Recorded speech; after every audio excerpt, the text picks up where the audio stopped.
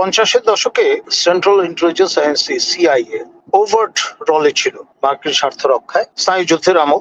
পরবর্তীতে 80-এর দশকে এসে সিআইএ আপনার কোভার্ট রলে চলে যায় এবং মার্কিন স্বার্থ রক্ষায় তাদের যেহেতু দুই দলের বাই পার্টিজান মানে একটা অবস্থা, রিপাবলিকান এবং ডেমোক্র্যাট, সেই কারণে বছরখানেকের ব্যবধানে প্রথমে NDI, national Democratic institute for international affairs, national Republican institute for international affairs, এটা বছরখানেকের মধ্যে আবার নাম পরিবর্তন করে ইন্টারন্যাশনাল রিপাবলিকান ইনস্টিটিউট নাম ধারণ করে। এরা বেসিক্যালি থিঙ্ক ট্যাঙ্ক হিসেবে ইমার্জ করে, দেশের মধ্যে যে যার মতো করে কাজ করে, দেশের বাইরে আপনার অনেক ক্ষেত্রে বাই পার্টিজান রলেও ভূমিকা রাখে। যেমন আপনার পূর্ব ইউরোপের পতনের পরে এই দেশগুলোতে ওয়ান পার্টি রুল যেহেতু বিদ্যমান ছিল, সেখান থেকে প্লুরাল সিস্টেম কিভাবে চালু করা যায় সে ব্যাপারে দুই পক্ষই একত্রে যৌথভাবে ভূমিকা পালন করেছে। বাংলাদেশে প্রথম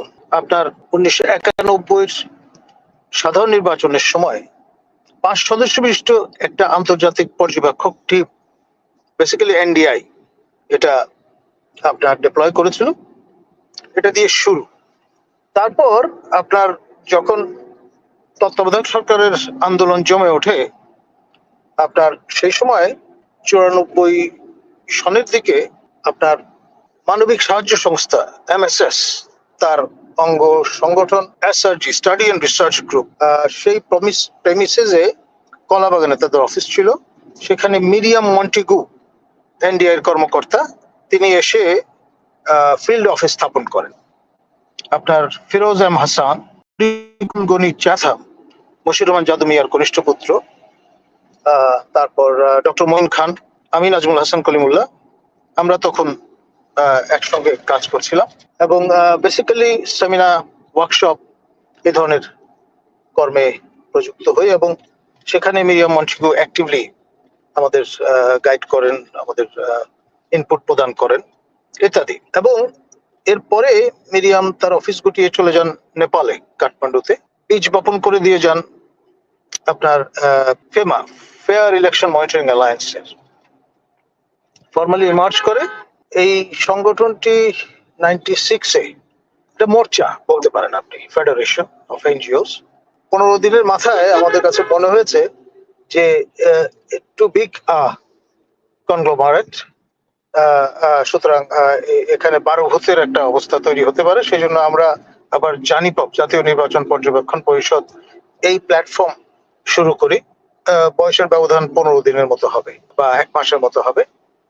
তো যেহেতু এনডিআই এর সঙ্গে গড়ছড়াটা আপনার ফেমার, সে কারণেই আমাদের কাছে মনে হয়েছে যে আইআরআই এর সঙ্গে সংযুক্ত হওয়া ভালো। আমি নিজে ওয়াশিংটন ডিসিতে গিয়ে তাদের অফিস ভিজিট করে আমন্ত্রণ জানিয়েছিলাম যে তারা যাতে বাংলাদেশের শূন্যতাটা পূরণ করেন, এবং এই ব্যাপারে আমাকে উৎসাহিত করেছিলেন প্রয়াত তৌহিদুল আনোয়ার, একসময় জার্নালিজম ডিপার্টমেন্ট, ঢাকা ইউনিভার্সিটির উনি চেয়ারম্যান ছিলেন এবং তিনি দায়িত্ব পালন করেছেন।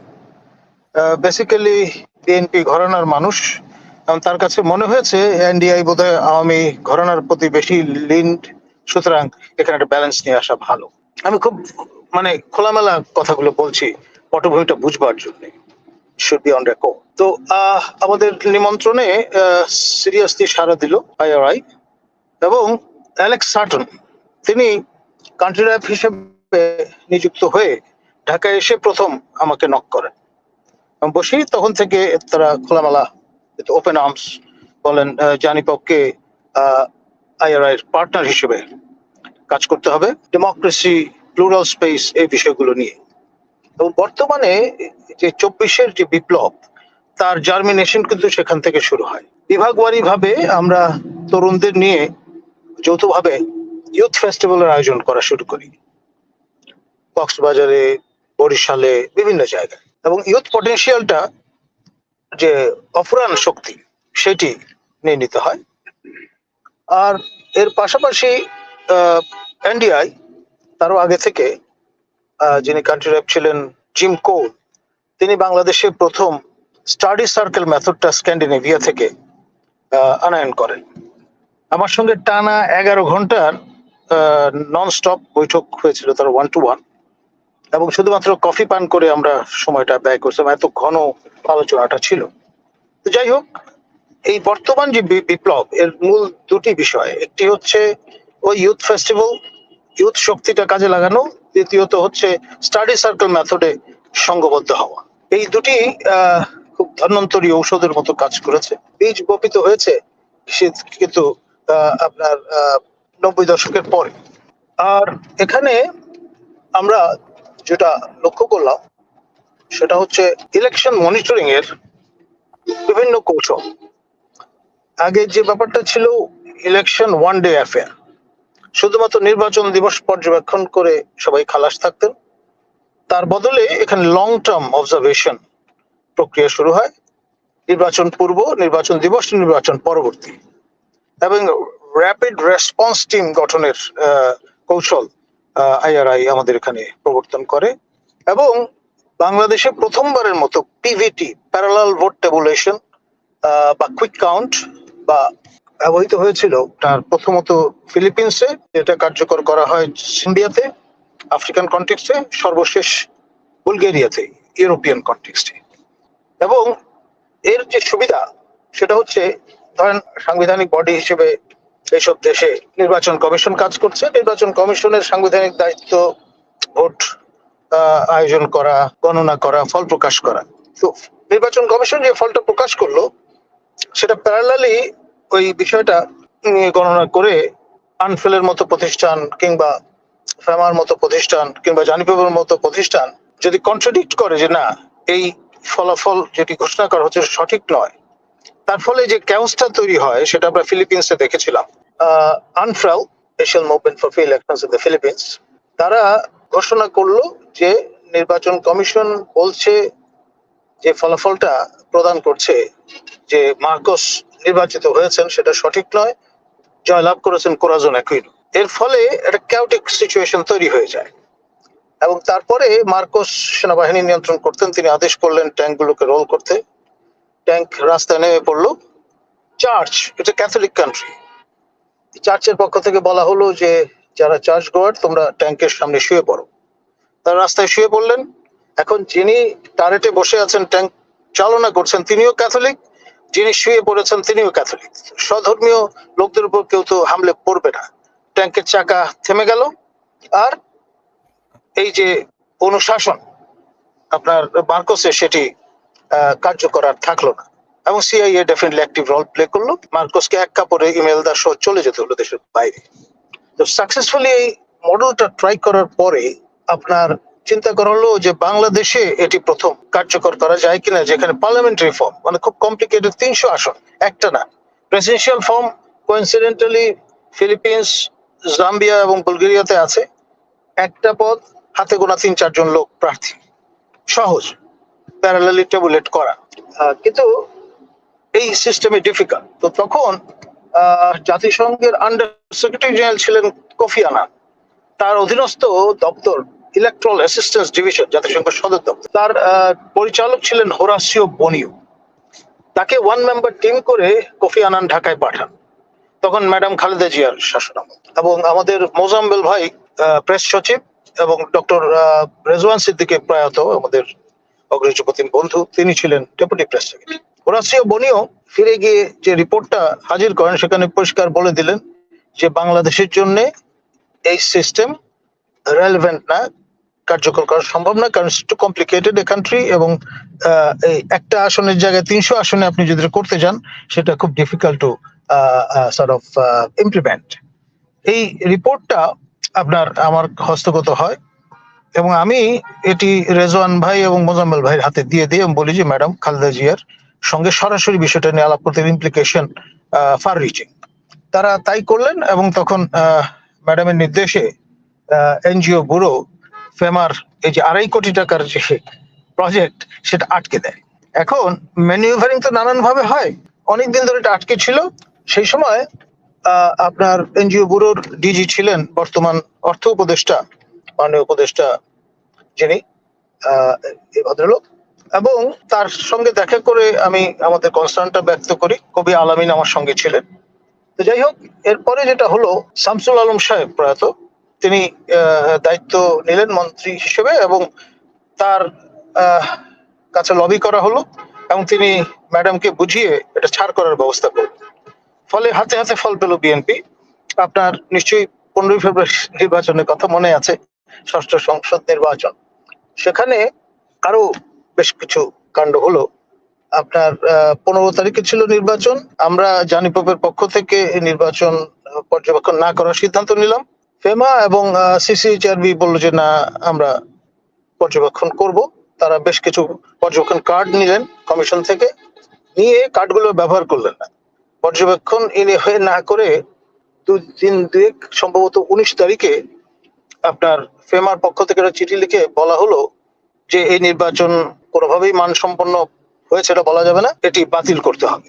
এবং তখন আইনে কিন্তু বাতিল করার ক্ষমতা বা প্রভিশন নাই, তার জেনে শুনেই তারা এই প্রস্তাবটি করলেন। এর ফলে এই যে চিঠি, সেটি একেবারে রীতিমতো বম্বশেল হিসেবে কাজ করলো এবং আপনার যেই ঝামেলা হইচই সেগুলো শুরু হয়ে গেল নির্বাচনটার ইন্টিগ্রিটি নিয়ে। এবং আপনার সেই নির্বাচনে 48 জন বিনা প্রতিদ্বন্দ্বিতায় নির্বাচিত হয়েছিল। আর জাস্টিস সাদিকের সঙ্গে আমি কথা বলেছিলাম, তিনি প্রধান নির্বাচন কমিশনার ছিলেন। তিনিও খুব ব্যাফল্ড অবস্থায় পড়ে গিয়েছিলেন। তো যাই হোক, 29 মার্চ তারিখে আপনার ফরেন রিলেশনস কমিটির দুই প্রভাবশালী সদস্য, একজন ডেমোক্রেট একজন রিপাবলিকান, সেনেটর রিচার্ড লুগার এবং সেনেটর ক্লেভন পেল, তারা যৌথভাবে 3 শর্ত বিশিষ্ট একটা টার্মস অফ রেফারেন্স রচনা করে দিলেন বাংলাদেশে ক্ষমতার পরিবর্তনটা কিভাবে, তার ভিত্তি হিসেবে। এবং কোইন্সিডেন্টলি 10 বছর আগে মার্কোসের ওই সময়ও আপনার এই দুজন একটা টার্মস অফ রেফারেন্স 5 শর্ত বিশিষ্ট তৈরি করে দিয়েছিলেন ফিলিপিন্সে ক্ষমতার পালাবদল কিভাবে ঘটবে সেই নিরিখে। তো যাই হোক, প্রথম শর্ত ছিল যারা ক্ষমতা ছেড়ে দেবেন তাদের জানমালের নিরাপত্তা নিশ্চিত করবে যারা ক্ষমতায় আসতে চায়। দ্বিতীয় শর্ত ছিল জেনারেল এরশাদ মার্কিন স্বার্থ রক্ষা করেছেন গালফে সৈন্য পাঠিয়ে, সুতরাং তাকে নিঃশর্তভাবে জেলখানা থেকে ছেড়ে দিতে হবে যারা ক্ষমতায় আসতে চায় তাদের। তৃতীয় ছিল এখন থেকে এই দেশের সাধারণ নির্বাচন অবশ্যই জাতীয় এবং আন্তর্জাতিক পর্যবেক্ষক দ্বারা ভেটেড এন্ড সার্টিফাইড হতে হবে, তা না হলে সেই সকল নির্বাচনের ফলাফল আন্তর্জাতিক সম্প্রদায়ের কাছে গ্রহণযোগ্য বলে বিবেচিত হবে না। পিরিয়ড। এই টার্মস অফ রেফারেন্স তারা করে ওই দিনই secretary of state of America Warren ক্রিস্টোফারকে পুট ফরওয়ার্ড করেন এবং এই আন্ডারস্ট্যান্ডিং ভিত্তি করে পরের দিন ম্যাডাম খালেদা জিয়া সবাইকে অবাক করে তিনি পদত্যাগ করেন এবং তার যারা পারিষদ তাদেরকে নিয়ে ঢাকায় জাতীয়তাবাদী মঞ্চ গঠন করে সেখানে তিনি ইমার্জ করেন। পতিত সরকারের সরকার প্রধান হিসেবে গর্তে লুকোনোর বদলে ট্রায়াম্ফেন্টলি মঞ্চ বানিয়ে হাজির হওয়া এবং সেই সঙ্গে পাশাপাশি তখন কিন্তু জনতার মঞ্চ, আওয়ামী লীগের, জামাতের কেয়ারটেকার মঞ্চ, জাতীয় পার্টি, জাতীয় মঞ্চ কিন্তু বিদ্যমান ছিল এবং খুব পিসফুলি কোএক্সিস্ট করছিল, কেউ কারোর সঙ্গে মারামারি করছিল না, কারণ ওটা তো ওই প্রথম শর্তে বলা আছে। তো ফলে যা হওয়ার তাই হলো। আমরা দেখলাম 12ই জুন যে নির্বাচন অনুষ্ঠিত হলো তাতে আওয়ামী লীগ সরকার গঠন করলো। সেই নির্বাচনের ফলাফল হিসেবে এরশাদকে ছেড়ে দেওয়া হলো এবং যখনই ওই 3 টার্মস অফ রেফারেন্স থেকে সরে গেল আপনার শেখ হাসিনার সরকার, মদিনা ঘোষণা দিলেন যে তিনি নির্বাচনের আয়োজন করবেন, ফিরে এসে অস্বীকার করলেন বা সেই শর্ত ভুলে গেলেন। তারপরেই ন্যাচারালি কিন্তু মার্কিন সুতোর টান আবার শুরু হলো। পরের ইতিহাস তো আমরা জানি। এবং এরপরে যেটি দাঁড়ালো, এখানে আপনার আইআরআই দীর্ঘদিন এখানে কাজ করেছে, আমরা যৌথভাবে, এবং যেই প্রকল্পগুলোর বা সোর্স গুলোর কথা বলা হচ্ছে, ইউএসএআইডি বলুন, স্টেপস বলুন, তারপরে ন্যাশনাল এন্ডাওমেন্ট ফর ডেমোক্রেসি বলুন, এই যে ফান্ডিং সোর্স গুলো, এগুলো কিভাবে কাজ করে, কার্যকর হয়, সেটা আমরা দেখেছি। আরেকটা হচ্ছে আপনার এমবিসি অ্যাডমিনিস্ট্রেটেড ফান্ড, সেইটির কোনো তারা ইচ্ছা করলে যে কোনো লোককে ডেকে টাকা দিয়ে দিতে পারে। এখানে আপনার ওই কোনো ব্যুরোর, এনজিও ব্যুরো বা এই ধরনের কোনো প্রতিষ্ঠানের রেগুলেটরি বডির ক্লিয়ারেন্সের প্রয়োজন হয় না। এখন কিছু কিছু প্রতিষ্ঠান যেমন এশিয়া ফাউন্ডেশন, হঠাৎ নাম শুনলে মনে হবে যে এশিয়া মহাদেশের কোনো প্রতিষ্ঠান, আসলে এটা মার্কিন প্রতিষ্ঠান, এটা কন্ডুইটও বলতে পারেন। 50-এর দশক থেকে এখান থেকে কাজ করছে এবং তারা কিন্তু টিল টু ডেট আমার জানা মতে রেজিস্ট্রেশন নেয়নি বাংলাদেশে। যতবারই চেষ্টা করা হয়েছে ততবারই তারা পাশ কাটিয়ে চলে গেছে এবং তাদের বক্তব্য হচ্ছে আমাদের রেজিস্ট্রেশন আমেরিকাতে, সুতরাং এখানে নতুন করে রেজিস্ট্রেশন প্রয়োজন। তো ফলে এই ধরনের বেশ কিছু শুভঙ্করের ফাঁক ফোকর আছে। যেগুলো নিয়ে আমাদের রাজনৈতিক দলগুলো কখনোই চিন্তা ভাবনা করেছে বলে আমার মনে হয় না। এবং তার আন্দোলন যখন আসে তখন তাতেই তারা ব্যস্ত হয়ে যান, পরবর্তী কনভেন্টলি সময় থাকে না বিষয়গুলো নিয়ে চিন্তা ভাবনা করবার। এখন এখানে যে ব্যাপারটা, ড্যান মাজেনার কথা নিশ্চয়ই আপনাদের মনে আছে। তিনি আপনার মান্যবর রাষ্ট্রদূত ছিলেন।